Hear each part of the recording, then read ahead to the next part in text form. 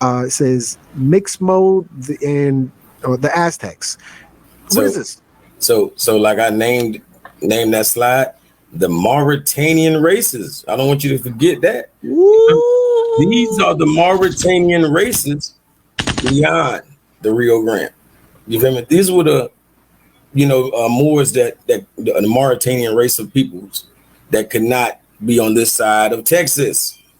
You feel me? They were annexed. And once again, just like they always been, what did they say?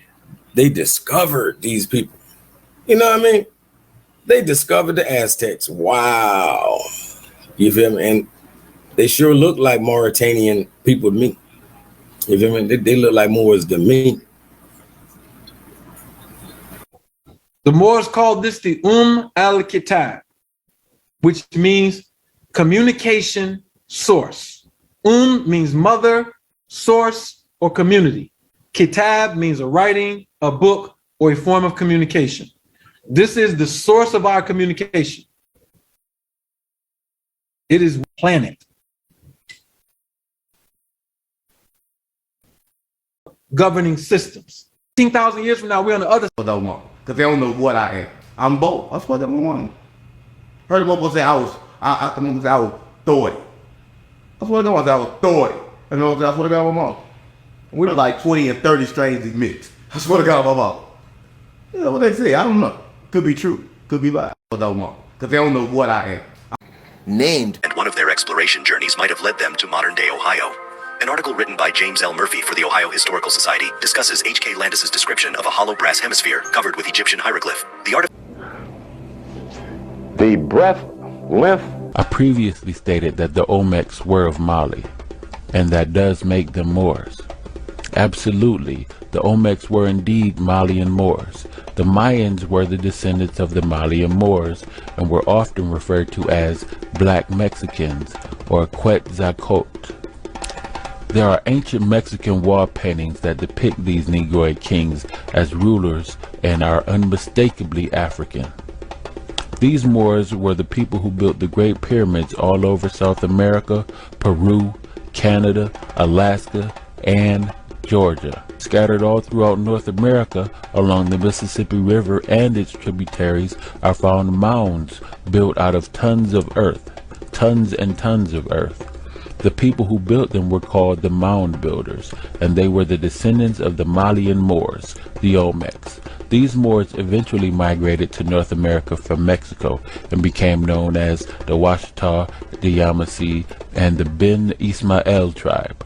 The Ben Ismael tribe was a collection of what is known as the Lenape, the Wampanoag, and the Nanticoke Indians who migrated to Indiana and Illinois and referred to themselves as Moors, even though the United States government continued to classify them as Negroes in order to strip them of their indigenous rights. I previously stated that That's going to give us more of our story. Right. Yeah. Of course, this is in a European museum and stuff, but this is their first artifacts of the American Indian. We were War always was written qualified 5,000 by the years ago. description We're from the old European. school. So you would be a Moor, which came from the Greeks Maur, and of course we adopted that name Moor. It was a descriptive adjective. It was not who we were. That's why it was always qualified with, say, Ubayd Moor or the Chickasaw Moor. Okay, we were robbed of our definition of who we were, which is our nationality and our tribe, and we fell into the description of what we were from. In 1934, the American or Indian race found only in America is a deep copper color, straight black hair, high cheekbones, eyes black and sunken large face.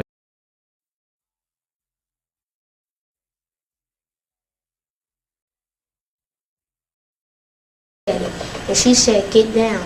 And I was like, "Why?" when the enormous monoliths were uncovered from Mexico, the sculptured images that were carved to form 24-ton heads from a single mass of basalt rock had been discovered. No one suspected this mysterious part of a civilization that only seemed to have vanished. At the cultural paradox of this civilization, Levanta, 18 miles from the Gulf of Mexico, 4 colossal heads were unearthed. The monoliths had been carbon dated. The results of the carbon-14 tests of the stone heads found in Mexico caused a startling uproar amongst archaeological circles. Various additional testing was performed. However, the earliest date that the carbon testing came up with regarding the stone images was the year 291 BC. As more diggings were performed in Middle America, larger heads were discovered. 24 tons was the average sum of the weight. The new discoveries were even more mysterious, for the colossal heads continued to turn up even earlier dates. 4 heads in all were excavated at the city of Levanta alone, with the largest head standing 9 feet tall. Ancient Middle American civilizations, or Mesoamerica antiquity, is divided into 3 epochs: Archaic, before Christ; Classic, during the first 1,000 years AD; and Post-Classic, from 1000 AD to Spanish conquest. The monolith of Levanta was dated and placed in the Archaic period, which proved the existence of a civilization in Mesoamerica thousands of years before organized monotheistic religions.